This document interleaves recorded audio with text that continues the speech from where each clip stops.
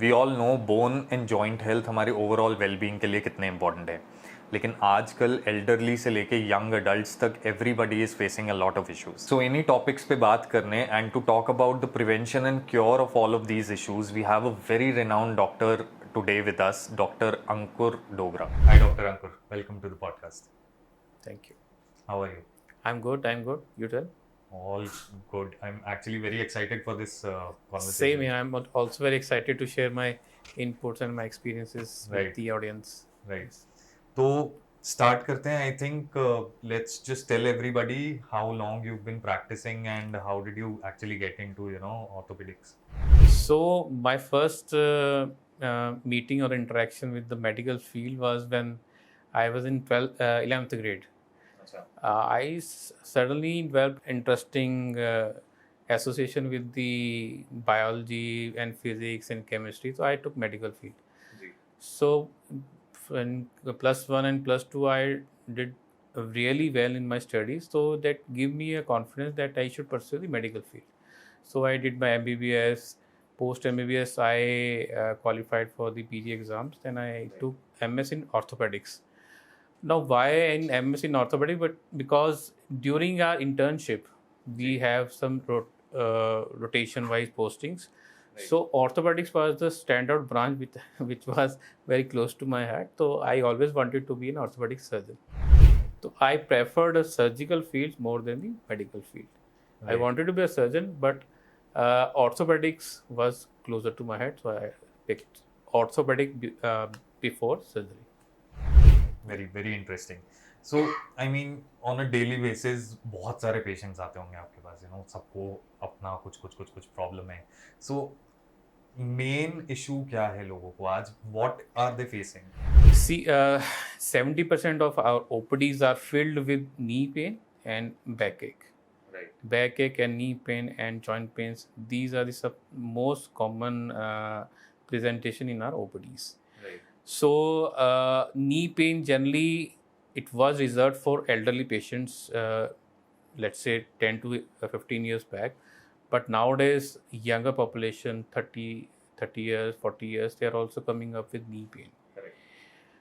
Also, backache is very common because our jobs are such, we have long working hours, there is no physical activities that we are performing. So, backache is also very common nowadays. Right. Yeah. So these are the two main issues that are cropping up Right. nowadays in our And OPDs. आप कह रहे हो पूरे spectrum of edges में है. So, पहले हम लोग एसोसिएट करते थे कि बूढ़े हो जाओगे तो जॉइंट पेन होगा. Yeah. और अभी young people, young adults also, you mentioned 30 years, 40 years of age, they are also facing all of these issues. Yeah. See, there is a lot of shift in our lifestyle. Lifestyle Right. बहुत change हो चुका है. पहले हमारी जैसे आप कहते थे खुराकें अच्छी थी. Correct. जो हमारे बुजुर्ग हैं वो अच्छी खुराकें खाई हुई उन्होंने. Right. उनको उनके नी पेन, आर्थराइटिक पेन हमने सुना भी नहीं था कि हमारे ग्रैंडफादर्स, ग्रैंडमदर्स को ऐसे इश्यूज रहते हैं. But even our fathers and our mothers, हमारे जो कलीग्स हैं, इवन जो यंगर पॉपुलेशन है, they are coming up with these joint pains, knee pain, musculoskeletal pains. This has become very, very common. It's like a pandemic. Correct. It's like a pandemic. Correct.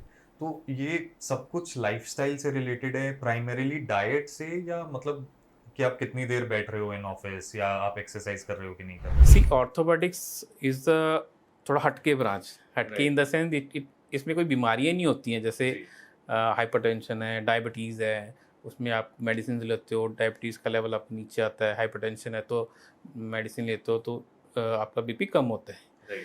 This is a musculoskeletal structure. मतलब एक ढांचा है जो भगवान ने बनाया है. उस ढांचे के अंदर सारी बॉडी आपकी चलती है. तो ढांचे में कभी कहीं को खिंच जाए, पेन हो जाता है. कोई टेंडन स्ट्रेच हो गया, वो पेन हो सकता है. अगर बोन हमारी वीक है तो पेन हो सकती है. अगर बोन रब कर रही है, आर्थराइटिस डेवलप हो रहा है तो पेन हो सकता है. तो it is a more of a physical problem rather than a medical problem. So, and I mean, what are the major causes? Deficiencies हैं या today's I don't think कि विटामिन डी किसी का भी पूरा होगा. हमारे किसी का भी टेस्ट कराएंगे तो 95% of the population is deficient in vitamin D. Because exposure to sunlight is very very minimal, है ना, सबसे कम एक्सपोजर है। अपना जो फिजिकल एक्टिविटी है बहुत कम हो चुकी है, तो मस्कुलर एक्टिविटी कम रहेगी। सी मसल जब भी पुल करेगा बोन को तो बोन भी बनेगी और मसल भी बनेगा। अगर हमारी एक्टिविटी कम है, हम मसल को पुश नहीं कर रहे हैं, तो बोन में जो कैल्शियम डेपोजिशन है वो भी लो रहेगा, एंड प्लस जो मसल मास है वो भी थोड़ा लो रहेगा। तो that is the main issue कि हमें बोन पेन्स आ रही है ज़्यादा। Make sense. तो एंड मतलब इसको सॉल्व करने का तरीका क्या है? For generalised opinion, generalise health, जो कि बीमार नहीं है, आम जनता के लिए, कि आपने at least half an our physical activity करनी ही करनी है। आपने स्ट्रेचिंग करनी है, 5 और 6 मेन जॉइंट्स हैं, उसकी आपने स्ट्रेचिंग करनी है। आप रिस्ट की, एल्बो की, शोल्डर की, हिप्स की, नीज की, एंकल्स की, इसकी स्ट्रेचिंग ज़रूर करो। प्लस स्पाइन की आप फ्लेक्शन एक्सटेंशन स्ट्रेचिंग करो। ये करते रहोगे तो आपको कभी भी स्टिफनेस वाला इशू नहीं रहेगा, मॉर्निंग में उठने पे पेन नहीं रहेगा। प्लस अगर आपकी विटामिन डेफिशिएंसी है, आप न्यूट्रिशन अच्छे से नहीं ले रहे हो, तो यू कैन हैव तो supplements, vitamin D, B12 supplements को ले सकते हैं। उससे आपका ये सारा बॉडी का जो सिस्टम है वो चलता रहेगा। तो दिस इज़ द मेन आप जनरल पेशेंट्स के लिए। हाँ, जिसको कोई प्रॉब्लम है, जिसको आर्थराइटिस आ रहा है, जिसको कोई रूमेटॉइड आर्थराइटिस है, जिसको कोई डिस्क वाला इशू है, उसमें फिर ट्रीटमेंट स्पेसिफिक हो जाते हैं। सो अभी ना ये आई मीन एक मेंटालिटी बन गई है कि अगर जॉइंट पेन हो रहा है एंड यू आर अबव 45 या अबव 50 तो आपको आर्थराइटिस है। इज इट ऑलवेज आर्थराइटिस या मतलब और भी बहुत सारी चीजें हैं that can cause? See, arthritis will be always in the joint. Arthritis literal meaning is arth plus itis. Arth means joint, itis means inflammation. So arthritis per se is inflammation of the joint. तो अगर arthritis आप बोल रहे हो तो pen आपको joint में होगा, बट अगर बोन पेन्स हो रहे हैं तो वो that could be due to deficiency of vitamin D की डेफिशिएंसी से, B12 की डेफिशिएंसी से, EC की डेफिशिएंसी से वो बोन पेन्स हो सकते हैं, मसल पेन हो सकते हैं। बट अगर नी में पेन है, हिप में पेन है, जॉइंट में पेन है, तो then we can label it as arthritis. I understand. And arthritis भी is of two kinds. So osteoarthritis है and rheumatoid है. So generally लोगों को पता ही नहीं है difference क्या है. There are 4 to 5 glaring differences जो मतलब बिल्कुल ही पता चल जाता है कि आर्थराइटिस ऑस्टियो वाला है या रूमेटॉइड वाला है। जी. So arthritis जैसे मैंने बताया, that is inflammation of the joint. Right. So inflammation of the joint could be due to osteoarthritis or due to rheumatoid arthritis. Osteoarthritis is a wear and tear phenomena. It is a degenerative process. जैसे आपके बाल सफ़ेद हो जाते हैं, झुर्रियाँ पड़ने लग पड़ती हैं, दांत खराब होने लगते हैं, वैसे ही फिजिकल फिनोमेना अपनी लोडिंग की वजह से बार बार लोड हो रहा है, नहीं लोड हो रहा है, उसकी वजह से वो घिसना शुरू हो जाता है। घिस घिस के आपका आर्थराइटिस डेवलप हो जाता है। जो अंदर वाली लेयरिंग, जैसे if I can explain on this model, अगर यंग पेशेंट जैसे आप हो, आपका घुटना ऐसा होगा, बिल्कुल प्रिस्टीन होगा, साफ सुथरा होगा, इसमें कार्टिलेज बिल्कुल नॉर्मल होगा। धीरे धीरे लोडिंग की वजह से क्या होता है, एक साइड पे ऐसे छाले से पड़ने या जख्म से पड़ने शुरू हो जाता है, ये घिसता है तो आपको पेन होता है। एडवांस केसेस में आर्थराइटिस काफ़ी डेवलप हो जाता है, दोनों साइड जख्म हो जाते हैं, ये बोन्स आनी शुरू हो जाती हैं। तो this is a degenerative process कि घिस घिस के वो है। एंड पर्टिकुलरली हमारा अंदर वाला जॉइंट इफेक्ट होता है इसमें, क्योंकि हमारा बॉडी का वेट है जो एक्सिस है वो अंदर वाली जॉइंट से पास करता है, तो अंदर वाला जॉइंट ज़्यादा इफेक्ट होता है। Contrary in the rheumatoid arthritis, it is an autoimmune disease, मतलब आपकी बॉडी का खुद का इम्यून सिस्टम आप पे अटैक कर रहा है। इसका कोई कारण अभी तक नहीं, अनफॉर्चुनेटली मेडिकल साइंस अभी ढूंढ पाई है, बट इट जिसको है उसको है। तो उसमें जो फीचर्स रहते हैं, इसमें जो जॉइंट्स होते हैं जनरली स्मॉल जॉइंट्स इन्वॉल्व होते हैं। ओके। हैंड के जैसे जॉइंट्स है, स्मॉल जॉइंट्स इन्वॉल्व होंगे, बायलेटरल होंगे, बायलेटरल मतलब दोनों साइड होंगे, सिमेट्रिकल होंगे, अगर इसमें इधर है इधर भी यहीं पे होगा। तो small joints, bilateral and symmetrical, plus there is a component of morning stiffness. आप सुबह उठोगे तो आपको आधा पौना घंटा स्टिफनेस लगेगी, आपसे उठा नहीं जाएगा, आपको लगेगा मेरा सारा बॉडी स्टिफ पड़ा है। धीरे धीरे धीरे करके जब जैसे आप मूव करना शुरू करें, वो स्टिफनेस कम होगी और आप थोड़ा सा मूव कर पाओगे। प्लस अगर आर्थराइटिस, रूमेटॉइड आर्थराइटिस इन नी हम स्पेसिफिकली बात करते हैं, जो जैसे मैंने बताया था ऑस्टियो आर्थराइटिस में आपका अंदर वाला जॉइंट पहले खराब होता है, धीरे धीरे बाहर वाले जॉइंट्स खराब होते हैं। बट रोमेटॉइड आर्थराइटिस में पैन आर्टिकुलर डीजनरेशन होता है, मतलब पैन आर्टिकुलर मतलब वो केमिकल्स हैं जिसने अटैक करना, वो सबको ही अटैक करेंगे जी। ये तो घिसने से है ना ऑस्टियोआर्थराइटिस, वो तो एक जगह हो रहा है क्योंकि वहाँ वेट पड़ रहा है। करेक्ट।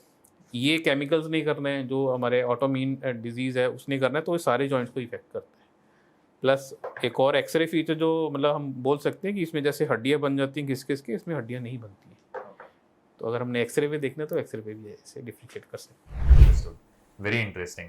एंड अर्ली साइंस क्या होते हैं? एंड आई मीन मतलब दोनों के सिम्टम्स कुछ अलग हैं, how do you actually identify? See main symptom orthopaedics में पेन ही रहेगा। राइट। आप कोई भी प्रॉब्लम ले लो, पेन ही सिम्टम रहता है।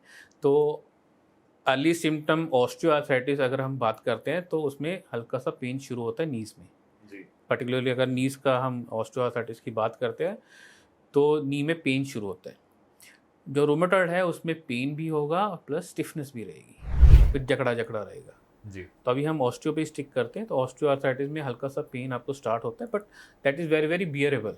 ओके। वो तब ज़्यादा होगा जब आप उसको लोडिंग करोगे, आपके Right. मूवमेंट पे उसको पेन नहीं होगा। जब Okay. उसको लोड करोगे नी को तब पेन होगा। लोडिंग का सेंस है कि आप जैसे स्ट्रेनुअस एक्टिविटी करोगे, जैसे आप स्क्वैटिंग करोगे, Right. Sitting if you are sitting cross leg, चौंकड़ी मारोगे, पैरों बाहर बैठोगे, सीढ़ियाँ ऊपर नीचे चढ़ोगे, एकदम से बैठे हुए हो एकदम से उठोगे, जी। तब वो एलिसिट होगी, नहीं तो वो पेन इतनी एलिसिट नहीं होती अर्ली चेंजेस में। राइट। अर्ली चेंजेस में जो ट्रीटमेंट रहता है वो basically it is directed to your lifestyle modification. हल्का सा आपने इसको चेंज करना है कि आपने जो नी के मेन मसल्स है that is a quadriceps muscle, जी। उसको स्ट्रेंथन करना है। जैसे मैंने पहले बताया था कि आपने उठ के स्ट्रेचिंग करनी है, वो जनरल पॉपुलेशन के लिए। बट अगर आपको नी का इशू है तो आपने एक चीज़ और ऐड करनी है साथ में, क्वाड्रिसेप्स स्ट्रेंथनिंग एक्सरसाइजेस। ये आपने इनिशियल स्टेजेस पे आप ये इसको करो। प्लस जो हैवी एक्टिविटीज़ है जैसे स्क्वैटिंग, जंपिंग, रनिंग, ये वाले काम थोड़ा टोन डाउन करोगे तो ये नी आपका बचा रहेगा। ओके। एंड बहुत सारे लोग सोचते हैं एक्चुअली स्पोर्ट्स इंजरी के थ्रू भी आर्थराइटिस कैन बी कॉज, तो is there any truth in this? See sports injuries generally young patients में होता है। स्पोर्ट्स क्योंकि यंग खेलते हैं तो यंग में ही होता है। राइट। स्पोर्ट्स इंजरी में मेनली जो 2-3 इंजरीज उसमें मैं टच करता हूँ। तो बेसिकली जो नी अपना होता है उसमें ये 2 लिगामेंट्स होते हैं, ACL and PCL, that stabilises the knee right. From anterior posterior, मतलब आगे पीछे से उसको स्टेबल करके रखता है कि ACL जो आगे नहीं जाने देता, PCL पीछे नहीं जाने देता है। प्लस 2 लिगामेंट साइड्स पे होते हैं जैसे ये दिख रहे हैं, तो ये नी को साइड टू साइड स्टेबल रखते हैं। प्लस इसके बीच में जॉइंट में एक वॉशर होती है जिसको मेनिस्कस बोलते हैं। ये जब भी आप लोड करते हो उस पर तो इसको शॉक अब्जॉर्बेंट का काम करती है। अब स्पोर्ट्स इंजरीज में ये 3 चीज़ें ही इफेक्ट होती हैं। जहाँ तो मेनिस्कल इंजरी हो सकती हैं, जहाँ फुटबॉल प्लेयर्स या कबड्डी प्लेयर्स या रेसलर्स, उसमें ACL या PCL इंजरीज होती हैं। रेयरली ये अपने कोलैटरल लिगामेंट्स में इंजर हो सकते हैं। अब जनरली स्पोर्ट्स जो प्लेयर्स हैं वो तो अपना ट्रीटमेंट समय से करा लेते हैं, राइट। क्योंकि उन्हें स्पोर्ट्स में वापस जाना है। वो ACL टूटा है तो इसे रिकन्स्ट्रक्ट कराएंगे, रिहैब करेंगे और स्पोर्ट्स में वापस आएंगे। बट कभी कभी जैसे आम इंसान है, हम आम लोग हैं, कभी कभी इग्नोर कर देते हैं। पार्शियल ACL टीयर उसको इग्नोर कर दिया, मेनिस्कस टीयर है उसको पता ही नहीं चला है क्योंकि MRI नहीं कराई हमने, कभी दिखाया ही नहीं है। राइट। तो अगर वो परसिस्ट करता है 5 साल 10 साल तो उसमें वो आर्थराइटिस के चांस ज़्यादा हो जाते हैं। ओके। अगर नी स्टेबल रहेगा तो आर्थराइटिस का चांस कम रहेंगे, बट वो जैसे भी अनस्टेबल हो जाएगा तो उसमें आर्थराइटिस डेवलप होना शुरू हो सकता है। तो वही जो आर्थराइटिस जो 70 साल में आना है उसको 50 साल में भी आ सकता है। तो we should not ignore our sports injuries. अगर कोई भी इशू रह रहा है, परसिस्ट कर रहा है, पेन रह रहा है, तो आपको स्पोर्ट्स सर्जन या कोई ऑर्थोपेडिक सर्जन। बहुत बार हम लोग करते हैं कि अच्छा जॉइंट पेन हो रहा है, मे बी नी एक हो रहा है या बैक एक हो रहा है, कोई बात नहीं एक पेन किलर खा लो, लेट्स वर्क। और कई लोग ऐसा 2-2 3-3 4-4 महीने निकाल देते हैं। सो उनके लिए क्या एडवाइस है आपकी? सी बोन पेन्स हो सकते हैं। Right. We are working age में है कि हम सब ने काम करना है, सब बिजी हैं अपने वर्क शेड्यूल में, तो हल्का फुल्का बोन पेन्स रह सकते हैं। आप होम रेमेडीज़ कर सकते हो ट्राई, है ना। आप हॉट फॉर्मेंटेशन कर सकते हो, अगर लग रहा है जेल वगैरह लगा सकते हैं, राइट। एक्सरसाइज कर सकते हैं। और कभी कभार, वैसे लेना नहीं चाहिए, बट कभी कभार हल्का सा पेन किलर ले सकते हैं। बट अगर ये सारी रेमेडीज़ के बावजूद आपको आपका पेन सेटल नहीं हो रहा है और उसके ऊपर कोई एडिशनल सिम्टम्स आ रहे हैं, जैसे कोई इंस्टेबिलिटी हो रही है, किसी को चलने में ज़्यादा दिक्कत आ रही है, लिम्प कर रहा है, तो ही और she should definitely visit an orthopaedic surgeon. एक एक्सपर्ट ओपिनियन लीजिए, क्योंकि हर बड़ी प्रॉब्लम का शुरुआत छोटे से ही होता है। राइट। अगर आप छोटे को एड्रेस वहीं कर लोगे तो वो बड़ी बनेगी। एंड बहुत सारे आजकल I am hearing pregnancy cases में आर्थराइटिस डेवलप हो रहा है because of all the added weight. So इसमें is there something that people can do to avoid this? Generally pregnancy में आर्थराइटिस तो नहीं होता है, प्रेगनेंसी में बोन पेन्स जरूर हो सकते हैं। राइट। क्योंकि the nutrition requirement is out of the roof, मतलब आपने लिए भी खाना है, बच्चे के लिए भी आपने करना है, तो न्यूट्रिशन रिक्वायरमेंट बहुत बढ़ जाता है। Iron requirement, folic acid, calcium, protein requirement सब कुछ बढ़ जाता है। राइट। तो उसमें अगर डेफिशिएंसीज होंगी, अगर हम तो जैसे अर्बन पॉपुलेशन की बात करें तो वो थोड़ा सा मतलब गाइडेड रहते हैं तो वो कर लेते हैं। अगर रूरल पॉपुलेशन में जाएं तो वो बेसिक खाना भी नहीं वो अच्छे ढंग से खाते, तो प्रोटीन, विटामिन, मिनरल्स उनमें डेफिशिएंसी रहती है। राइट। तो उस फेज़ में बोन पेन्स होना मतलब वो हो सकता है, बट आर्थराइटिस नहीं हो। आर्थराइटिस जैसे मैंने बोला जॉइंट का डिजनरेशन या जॉइंट पेन वो नहीं होता है, बट हाँ बोन पेन ज़रूर हो सकती है। एंड सो मतलब जिन लोगों को एक्चुअली सर्जरी की ज़रूरत है, अगर स्पोर्ट्स इंजरी है सर्जरी की ज़रूरत है, या फिर आर्थराइटिस के लिए सर्जरी की ज़रूरत है, so what is the whole process? मतलब पहले आइडेंटिफाई कैसे होता है, उसके बाद what is the surgery process? See we'll touch specifically on knee. मैं थोड़ा नी में थोड़ा एक्सप्लेन कर देता हूँ कि देयर आर स्टेजेस कि हम किस स्टेज में क्या कर सकते हैं।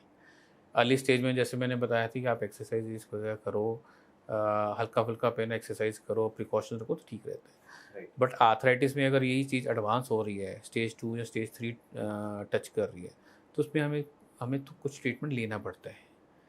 हमें कुछ मेडिसिन लेनी पड़ती हैं, कुछ हम ग्लूकोसामीन ले सकते हैं। अगर थोड़ा सा स्टेज 3 की तरफ जा रहा है तो इंट्राआर्टिकुलर इंजेक्शन भी होते हैं जो उसको हेल्प करते हैं टू ग्लिसनिंग द और lubricating the joint surfaces. Similarly sports injuries में अगर पार्शियल टेयर्स हैं, कुछ पार्शियल टेयर्स होते हैं, प्लस कुछ माइनर मेनिस्कल टेयर्स होते हैं जो कि हम रीहैब से अच्छा से मैनेज कर सकते हैं। तो फर्स्टली वी शुड ट्राई और एग्जॉस्ट ऑल दीज रिसोर्सेज, ये सब कुछ ट्राई कर लेना चाहिए। अगर इसके बाद भी हमें लगता है कि ये हेल्प नहीं करे तो देन और हमारी ऑस्टियोआर्थराइटिस की स्टेज बढ़ गई है, स्टेज 4 हो गई है, तो हमें डेफिनेटली सर्जरी के बारे में सोचना चाहिए। राइट। तो मैं कुछ इंडिकेशन मैं बताना चाहूँगा जिसमें हम हेल्प करेगी। हाँ, कभी हमें ना डाउट होता है कि मेरी इतनी पेन है भी है कि मैं सर्जरी कराऊं, कि मतलब मेरे को क्या होना चाहिए कि हाँ मैं सर्जरी की तरफ सोचूं उसके बारे में। तो अगर हम नी पेन या ऑस्टियोआर्थराइटिस की बात करते हैं तो उसमें 4-5 पॉइंट होते हैं जिसमें आप सर्जरी कंसीडर करनी चाहिए।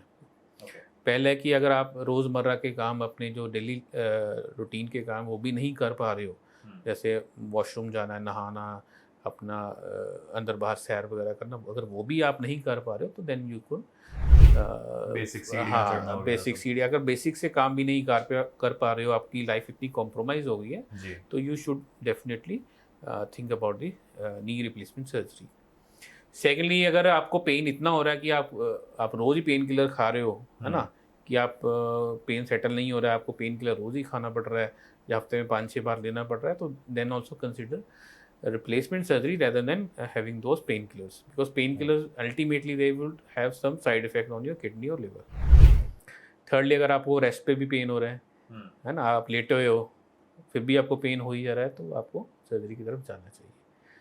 फोर्थ, थोड़ा सा सोशल इंडिकेशन है कि आप कोई जैसे सोशल गैदरिंग में गए हो जहाँ आप जाना चाहते हो, आप नी पेन की वजह से आप जाते नहीं कि मैं छोड़ो, मैंने क्या करूँगी, मैं तो दर्द होता रहेगा, है ना, जहाँ आप गए हो वहाँ एकदम से दर्द हो गया, आप वापस आ गए घर कि मैं तो दर्द ज़्यादा हो रहा है तो मैं इससे सोशल गैदरिंग नहीं अटेंड हो रही।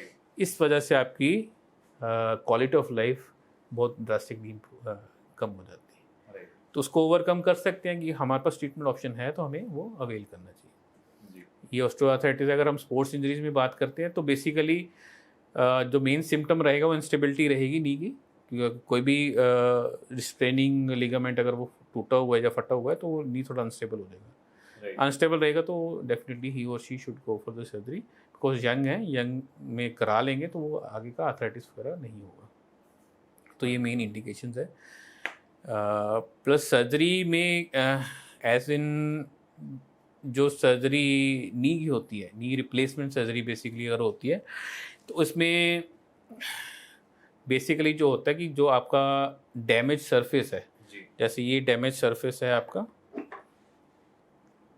जी, ये हम शेव ऑफ कर देते हैं, रीसर्फेस कर देते हैं। ये नी रिप्लेसमेंट सर्जरी ऐसा नहीं कुछ रिप्लेस कर दिया, ऐसा नहीं है। जैसे आई मीन मैं आई आल्सो डिडंट नो कि क्या है जैसे किडनी ट्रांसप्लांट है, उसमें किडनी किसी और के लिए और उसमें आपकी डाल दी, आपने निकाल ली और दूसरे की डाल दी। जैसे लीवर ट्रांसप्लांट है आपका, किसी और का लिया आपने डाल दिया। इसमें ऐसा नहीं है कि इसका नी लेके इसको काटा, इसको रखा और दूसरे का डाल दिया, ऐसा नहीं होता है जी।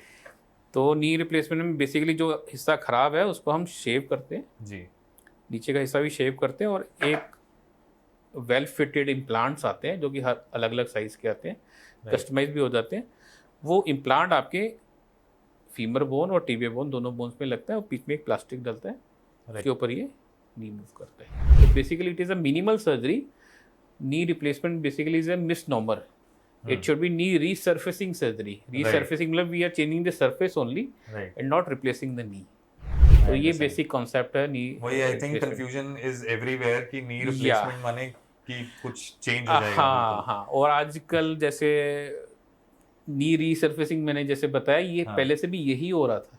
राइट। अगर हम 2000s की बात करें, जब नी रिप्लेसमेंट होती थी तभी ये नी रीसर्फेसिंग ही होती थी। बट आजकल हम सुनते हैं कि हम नी रिप्लेसमेंट नहीं करते, हम नी रीसर्फेसिंग करते हैं। राइट। हम इस टेक्नोलॉजी से करते हैं, हम इस टेक्निक से करते हैं। जी।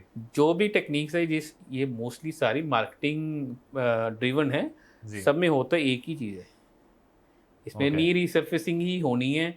चाहे आप रोबो से कर लो, इवन रोबोट से कर लो, चाहे आप 3D से कर लो, NKR कर लो, या रीसर्फेसिंग टेक्निक ले लो, बट सब में एक ही कंसेप्ट रहता है कि आपका जो हिस्सा ख़राब है वो हम साफ़ करते हैं, उसके इम्प्लांट डलता है, उसके ऊपर नी चलता है। Exactly, this is what my next question would have been कि बहुत सारी टाइप के हैं knee replacement surgery. Everybody says something different कि यू नो एक पर्टिकुलर टेक्नोलॉजी है दैट आई यूज, या एक पर्टिकुलर टेक्निक है दैट आई यूज, एंड वो so how do you actually choose?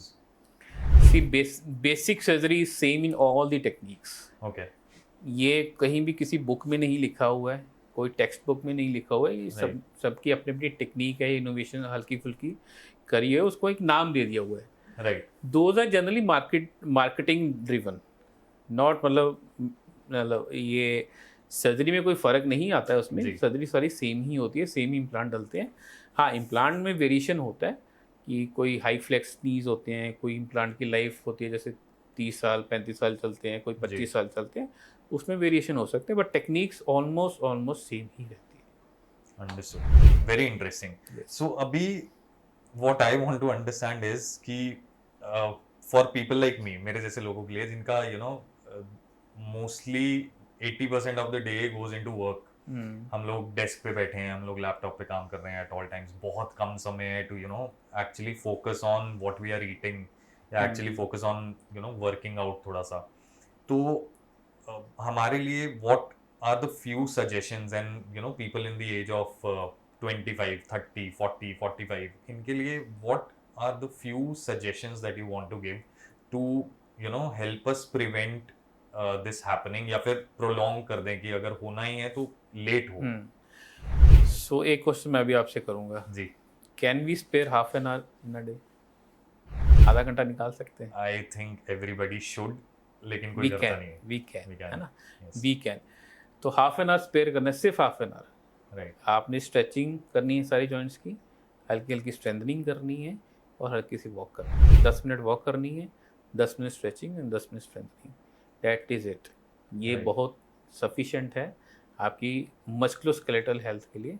आप इतना भी कर लोगे ना जी, with control diet, this will keep you in good stead for rest of your life. Secondly, आप जैसे आप ऑफिस में भी बैठे हो, आप लॉन्ग प्रोलॉन्ग आ जाए तो 1-2 घंटे बाद आप थोड़ा हल्का सा स्ट्रेच कर सकते हैं, ऑफिस में भी कर सकते हैं, राइट है ना? सीट पे बैठे बैठे आप नी को स्ट्रेच कर सकते हो, राइट आप अपने आर्म्स को स्ट्रेच कर सकते हो, बैक स्ट्रेच कर सकते हो, ब्रेक मिलती है हल्की फुल्की स्ट्रेचिंग वहाँ भी कर सकते हो। प्लस न्यूट्रिशन बहुत इंपॉर्टेंट है, जी क्योंकि देखो रेसलर्स होते हैं, एथलीट्स होते हैं, उन्होंने मसल बिल्ड करना है, कितना न्यूट्रिशन कितना उनके लिए इम्पॉर्टेंट है, कितने जी विटामिन कितने प्रोटीन उनको लेने पड़ते हैं, तब जाके वे मस्कुलोस्केलेटल स्ट्रक्चर ढंग से काम करते हैं, है राइट ना? तो हम चलो उतना लेवल का नहीं करेंगे, बट हम अपने रोज़मर्रा के लिए हमारी बॉडी चलती रहे, सारे काम हम अच्छे से कर सकें, तो वो न्यूट्रिशन हमें थोड़ा सा अच्छा लेना है। बैलेंस डाइट में ऐसे है कि हम प्रोटीन, क्योंकि इंडियन जो खाना सेटअप जो बना हुआ है उसमें प्रोटीन लेवल थोड़ा सा कम रहता है, राइट तो we can add on proteins, है ना? कोई अगर वेजिटेरियन है तो वो हल्का सा सप्लीमेंट्स भी ले सकते हैं, जी नहीं तो प्लांट बेस्ड प्रोडक्ट्स भी होते हैं जिसमें प्रोटीन होता है, तो वो भी ले सकते हैं। एंड सप्लीमेंट्स के अराउंड ना बहुत सारा स्टिग्मा है, so I what I have also noticed is जैसे अगर बच्चों को भी जरूरत है, kids need a lot of protein and protein is same, वो रीपैकेज हो रहा है जिम गोअर्स के लिए, वो वे प्रोटीन बन रहा है ना, यू नो उस पे मस्कुलर एक आदमी बना हुआ है एंड ऑल दैट, वो मार्केटिंग अलग है एंड वही protein powder then you know एक टिन बॉक्स में भी आ रहा है with little to no marketing at all. So what I want to understand is बच्चों से लेके बड़ों तक के लिए व्हेन आज भी कई फैमिलीज में व्हेन पीपल टॉक अबाउट कि मेरे को प्रोटीन सप्लीमेंटेशन चाहिए, दे थिंक अबाउट कि हाँ ये खाओगे एंड यू विल गेट बफ, तुम बॉडी बिल्डर टाइप्स बन जाओगे। इज इट एक्चुअली एसेंशियल या सिर्फ बॉडी बनाने का काम है? सी जैसे हम अपनी रूटीन में हम डाइट ले रहे हैं, जी तो there are very very good options जिससे हमें डाइट में ही हमारा प्रोटीन जो रिक्वायरमेंट है वो पूरा हो सकता है, राइट बट हम वो लेते नहीं हैं, है ना? Egg is a very good source of protein, अगर कोई एग ले सकता है तो egg is a very very good source of protein, जिसका वाइट हिस्सा है उसमें अप्रॉक्सीमेटली एक एग में 6 ग्राम्स के अराउंड प्रोटीन रहता है। बाकी और भी काफ़ी सोर्सेज हैं, जैसे नॉन वेजिटेरियन में तो है ही है, जी। जैसे आप उसको रोस्ट करके या स्मोक करके आप नॉन वेजिटेरियन ले सकते हो। प्लस प्लांट प्रोडक्ट्स में आप स्प्राउट्स ले सकते हैं, सोयाबीन ले सकते हैं, चीज़ पनीर वगैरह ले सकते हैं, तो उसमें भी प्रोटीन्स रहते हैं। तो आप पहले तो डाइट से ही पूरा करो, जी फिर भी अगर आपको डेफिशिएंसीज रहती हैं तो देयर इज़ नो हार्म कि अगर आपको रिक्वायरमेंट 60 ग्राम्स की है, आप 10-20 ग्राम ही ले पा रहे हो अपनी डाइट की वजह से, तो यू शुड सप्लीमेंट, थोड़ा सा सप्लीमेंट ले सकते हो, ये भी कर सकते हो। Right and we were talking about knee replacement and knee resurfacing, तो पोस्ट सर्जरी जनरली लोग कहते हैं कि यू नो आप कई लोग बोलते हैं कि 2 दिन में ठीक हो जाओगे, कई लोग बोलते हैं कि यू नो थोड़ा सा समय लगेगा, तो एक्चुअल सिनेरियो क्या है एंड एज के साथ डिफर करता है कि नहीं करता? एज के साथ डिफर करता है, जी प्लस एक और इम्पॉर्टेंट फैक्टर है कि आपका नी जब रिप्लेस या रीसर्फेस हुआ है तब आपका स्टेटस मसल्स का क्या था, राइट जो आपका नी का जो डैमेज है वो कितने लेवल का डैमेज था। कई पेशेंट तो व्हील चेयर पे आते हैं, उनके मसल इतने डाउन हो जाते हैं कि उनको वापस खड़ा करने में टाइम लगता है। राइट और कई मतलब एक्टिव होते हैं, जैसे मतलब रिटायर्ड फौजी होते हैं, जब कोई एक्स क्रिकेटर या कोई एक्स प्लेयर होते हैं, तो उनके मसल पहले बने होते हैं, तो उनमें रिकवरी फास्ट रहती है, ठीक है? तो जो मोटा मोटा जो जनरलाइज्ड एक रिहैब प्लान होता है या टाइमिंग होता है, वो मैं थोड़ा सा एक्सप्लेन कर देता हूँ कि जैसे आपकी सर्जरी हुई है तो डे 1 पे तो आपको रेस्ट ही करना है, क्योंकि आपका जो इंजेक्शन स्पाइन में जो जनरली लगता है उसकी वजह से आपको रेस्ट करना होता है, और 4-5 घंटे लगता है वो आपकी सेंसेशन वापस आने में। प्लस आपको स्पाइनल हेडेक हो सकता है, तो पहले दिन आप रेस्ट करो। नेक्स्ट डे आपका रिहैब स्टार्ट होता है, आप वॉकर के साथ इंडिपेंडेंटली वॉक कर सकते हैं, नी बेंड कर सकते हैं, स्टार्ट सीधा कर सकते हैं। इसमें फिजियोथेरेपिस्ट की रिक्वायरमेंट होती है इनिशियली 10-12 दिन के लिए, तो फिजियो की हेल्प लो, आप वॉकर के साथ मोबिलाइज करो, वॉशरूम वगैरह जाओ। प्लस आप अगर रिकवरी अच्छी है तो आप स्टेज भी चढ़ सकते हो before your discharge. Around 7 days discharge होता है। डिस्चार्ज के बाद आप होम फिजियोथेरेपी सेशंस ले सकते हैं, उसमें आपकी मसल्स की रिकवरी रहती है, प्लस आपकी मोबिलाइजेशन और बढ़िया हो जाती है। तो 2 वीक्स के अराउंड आपके सूचर्स रिमूव होते हैं। 2 वीक्स के तक आपने सपोर्ट के साथ वॉक करना है, वॉकर के साथ। उसके बाद डिपेंडिंग अपॉन आपकी रिकवरी या depending upon your muscle strength, है ना, तो आप वो सपोर्ट छोड़ के भी चल सकते हो, नहीं तो आप स्टिक ले सकते हो। जी। ग्रॉसली आप बोलो तो 1 मंथ लग जाता है टू बिल्कुल इंडिपेंडेंट आप वॉक करने के जोन में आप 1 मंथ लग जाता है। 1 मंथ के बाद आप एक्टिविटी धीरे धीरे बढ़ा सकते हो। 6 वीक्स पे आप ड्राइविंग कर सकते हो, 8 वीक्स पे आप एयर ट्रैवल कर सकते हो। तो ये जो जनरली क्वेश्चंस होते हैं ना कि मैं ड्राइव करूँगा, मैं एयर ट्रैवल कब कर सकता हूँ, तो ये 6 to 8 वीक्स के अराउंड ये सब कुछ आप कर सकते हो।